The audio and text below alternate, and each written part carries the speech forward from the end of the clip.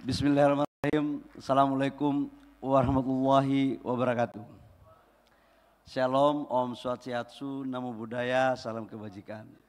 Yang saya hormati Menteri Investasi, Kepala BKPM, merangkap CEO Dana Antara, abang saya, Bang Roslani Perkasa. Kita berikan aplaus kepada Bang Roslan.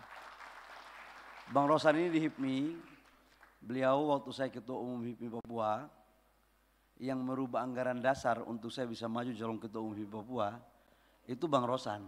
Waktu itu Bang Rosan bendahara BPP HIPMI di zamannya Bang Sandi. Tapi hari ini Bang jangan kita colek-colekan ya. Ini kita kalau main tangan jangankan mulut, tangan pun jadi viral kita dua ini. Bahaya. Saya berusaha untuk tidak mau terpancing dari agitasi provokasinya Pak Akbar sama Pak Antoni Leong. Saya tahu apa yang kau mau. Yang saya hormati Ketua Umum BPP HIPMI Pak Akbar Buhari, yang semakin hari semakin cinglong. Apa? Kinclong. Ya biasa maklum, kita orang Papua nggak tahu barang-barang itu. Itulah bedanya kalau laki-laki timur. Kalau laki-laki timur itu awal ketemu susah gitu kan. Ada yang ya jinak-jinak merpati. Begitu kena, udah nggak mau pisah. Tapi kalau laki-laki macam Akbar begini ya, bisa 2 kali ketemu habis itu dah. Sekjen BPP HIPMI yang saya hormati Pak Angga Wira, Pak Antoni Leong, Ketua Panitia yang sangat visioner. Tadi saya lihat pidatonya tadi udah kursus. Tapi saya lihat wajah kau ini, ya bolehlah itu bersaing, boleh. Bolehlah. Bendahara Umum, pengurus BPP HIPMI, ketua-ketua umum BPD HIPMI daerah yang sempat datang, Bapak Ibu semua undangan, teman-teman dari Danantara, CEO dari PLN, PGN, apa lagi tadi? BA. Ini kok PLN, PGN, BA, Pertamina, kelihatannya kalian berurusan sama Menteri SDM ya? Iya ya, kelihatannya. Kayaknya sih begitu, kayaknya ya. Tapi nggak apa-apa lah, hari ini keluarga besar HIPMI semua. Saya bagian daripada mereka ini semua. Bapak Ibu semua, saya yang pertama mengapresiasi apa yang dilakukan oleh teman-teman dari HIPMI. Saya dulu pernah dibesarkan di sini. Di organisasi inilah pertama saya menjadi seseorang yang diajarkan untuk menjadi pemimpin nasional. Karena waktu saya calon Ketua Umum AMPI kalah. Jadi memang Tuhan mentakdirkan saya untuk sekolah eksternal itu tidak di AMPI, tapi di HIPMI. Dan saya maju menjadi Ketua Umum HIPMI waktu itu. Jadi kalah di AMPI Pak Angga, jadi Ketua Umum Golkar karena HIPMI, gitu kira-kira. HIPMI ini bisa mengantarkan orang jadi konglomerat, ya, jadi konglomerat, bisa menjadi tukang olah, ya, bisa menjadi pemimpin, ya, bisa menjadi tokoh partai politik. Tadi saya lihat di foto-foto ketua-ketua umum itu hampir semua udah jadi menteri itu. Pak Latif udah, Pak Siswono sudah, Bang Ical sudah. Habis Bang Ical, Abang Agung sudah, Bang Cicip sudah. Siapa lagi? Bang Sandi sudah, Bang Erwin sudah, Bang Lutfi sudah, saya, Bang Rosan bendahara jadi tidak mesti mau jadi menteri itu ketua umum. Iya, Bang Erik ketua bidang, Bang Rosan kan, Bang Erik ketua bidang. Jadi tidak semua ketua umum BPP HIPMI itu jadi menteri. Tapi bisa jadi tergantung amal perbuatan gitu loh. Itu aja. Satu aja, jangan iri yang lain gitu aja. Jadi harus kalian berinovasi, berkreativitas, dan mentalnya harus mental pejuang. Oke, saya kembali masuk pada tema saja. Bahaya kalau saya cerita HIPMI 3 hari gak selesai. Saya juga pingin seperti ini. Masih ada acara-acara lanjut ada?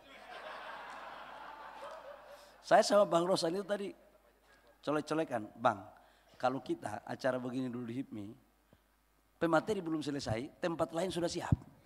Untuk berdiskusi maksudnya. Untuk berdiskusi. Nanti viral lagi sama wartawan. Berdiskusi.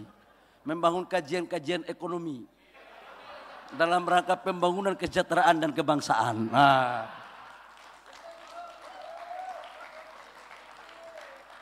Jadi kalau anak HIPMI itu pandai berdagang, pandai berusaha, pandai berpolitik, itu karena mereka belajar, tidak mengenal waktu. Pagi, siang, malam, dan subuh. Itu. Apalagi pembelajarannya itu di atas jam 1. Loh, kok di sebelah sana ketawa? Wah, bahaya sekali kalian ini. Oke, Bapak Ibu semua, saya kembali masuk ke substansi saja. Hari ini tepat 1 tahun pemerintahan Bapak Presiden Prabowo dan Wakil Presiden Pak Gibran. 1 tahun adalah fase yang juga tidak lama, tapi juga tidak cepat. Maka saya ingin menjelaskan tentang apa sih yang menjadi hal yang dilakukan di Kementerian ASDM. Sebagai mantan Ketua Umum HIPMI, harus mempunyai kewajiban moral untuk memberikan pertanggungjawaban kepada keluarga besar apa yang telah dilakukan. Jangan sampai dianggap mantan Ketua Umum HIPMI jadi menteri kacang goreng, kan gitu. Nah, saya memberikan potret sedikit tentang energi. Bapak Ibu semua, ketika saya masuk menjadi Menteri SDM, lifting minyak kita itu 580.000 barel per day. Dan Indonesia dalam masanya pernah menjadi pengekspor minyak, produk minyak yang salah satu terbesar. 9697 itu lifting kita itu mencapai 1,5 juta sampai 1,6 juta barel per day. Konsumsi kita waktu itu adalah 500.000 barel per day. Dan kita ekspor 1 juta barel per day. 9697 krisis ekonomi, IMF sebagai dokter yang mengobati penyakit Indonesia melakukan berbagai macam kebijakan restrukturisasi termasuk regulasi. Pertamina salah satu di antara yang kemudian berdampak pada perubahan undang-undang migas. Apa yang terjadi Bapak Ibu semua? Lifting kita turun terus. Sekarang di 2024 lifting kita hanya 580.000 barel per day dan target APBN di 2025 itu 605.000 barel per day. Tetapi potretnya sekarang di tahun 2024 konsumsi kita itu 1,5-1,6 juta barel per day, sementara lifting kita hanya 580.000 barel per day. Artinya kita impor kurang lebih per hari konsumsi kita itu 1 juta barel per day. Jadi terbalik 9697. Nah, Presiden Pak Prabowo memerintahkan kepada saya untuk menaikkan lifting harus mencapai target. Alhamdulillah saya laporkan kepada teman-teman HIPMI, per hari ini lifting kita itu per hari di bulan September Oktober itu sudah mencapai 619.000 barel per day. Dan rata-rata dari Januari sampai dengan bulan Oktober sudah mencapai 605 sampai 607.000 barel per day. Jadi sudah melampaui target dari APBN 2025. Dan ini saya nggak sekolah di tambang, saya sekolahnya kan di kampus saya nggak ada di Google. Untuk meningkatkan lifting ini susah, tapi kalau jebolan HIPMI saya yakin insya Allah semua ada jalan. Itu. Jadi ini nggak pernah target APBN sejak 2008 tercapai, kali ini tercapai. Dan pendapatan negara kita bisa kita clearkan. Itu pertama. Yang kedua, menyangkut dengan gas. Total produksi gas kita dalam negeri, sekarang kita ekspor kurang lebih sekitar 30%. Konsumsinya 70%. Kenapa ini saya buka? Supaya teman-teman bisa melihat peluangnya di mana. Yang kedua adalah LPG. LPG kita impor, konsumsi LPG kita per tahun itu sekitar 8 sampai 9 juta. Kapasitas produksi kita itu kurang lebih sekitar 1,3 juta. Selebihnya kita impor 6 sampai 7 juta. Nah, ini juga peluang. Cuma persoalannya adalah kita punya gas yang ada di Indonesia itu C3 C4 yang paling banyak. C1 C2, C3 C4-nya itu sedikit. Itulah yang menjadi bahan baku untuk urusan LPG. Jadi itu yang kita ini. Kalau tidak salah beberapa anak HIPMI datang ke saya untuk membuat bisnis CNG area yang untuk substitusi daripada LPG. Nah itu urusannya Pertamina sama BP Migas. Apa namanya? PGN ya, PGN. Nah dealnya nanti kalian sama Pak Rosan. Kalau saya bisa membuat regulasi. Tetapi kuotanya itu bisa dibicarain antara Bang Rosan sama SDM. Kalau saya bagian memoles, apa kata Bang Rosan, saya ikut. Karena Bang Rosan ini adalah MC saya, ketua tim sukses saya. Waktu saya calon ketua umum HIPMI, Bang Rosan ketuanya soalnya. Saya nggak mungkin jadi ketua umum HIPMI kalau nggak bukan Bang Rosan yang bantu. Apalagi urusan pekerjaan kan, beliau kan senior gitu. Jadi Bar jangan salah-salah. Calon ketua umum HIPMI itu bukan tergantung gue, tergantung Bang Rosan. Jangan dibalik-balik kau Bar. Kau kan jadi ketua umum juga Bang Rosan bantu kau kan. Nah gitu. Jangan dibalik-balik, jangan buang badan gitu loh. Jadi, nah ini terjadi. Inilah hukum kelebihan dan kekurangan HIPMI.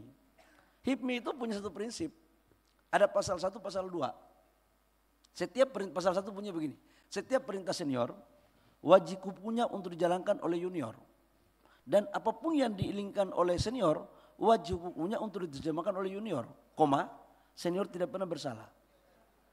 Pasal 2, apabila senior bersalah, tinjau pasal 1. Sampai ayam tumbuh gigi pun tetap senior nggak pernah bersalah. Itu doktrin. Makanya kita sekalipun ketum partai di depan Barosan, beliau kakak saya. Siap Bang, sekalipun di belakang saya bilang Bang, bagi dulu barang itu. Bagi ilmu. Ini wartawan bahaya nih. Ulang ya, bagi ilmu, jangan kalian viral lagi. Aduh bahaya sekali. Serius menteri ini, menteri. Nah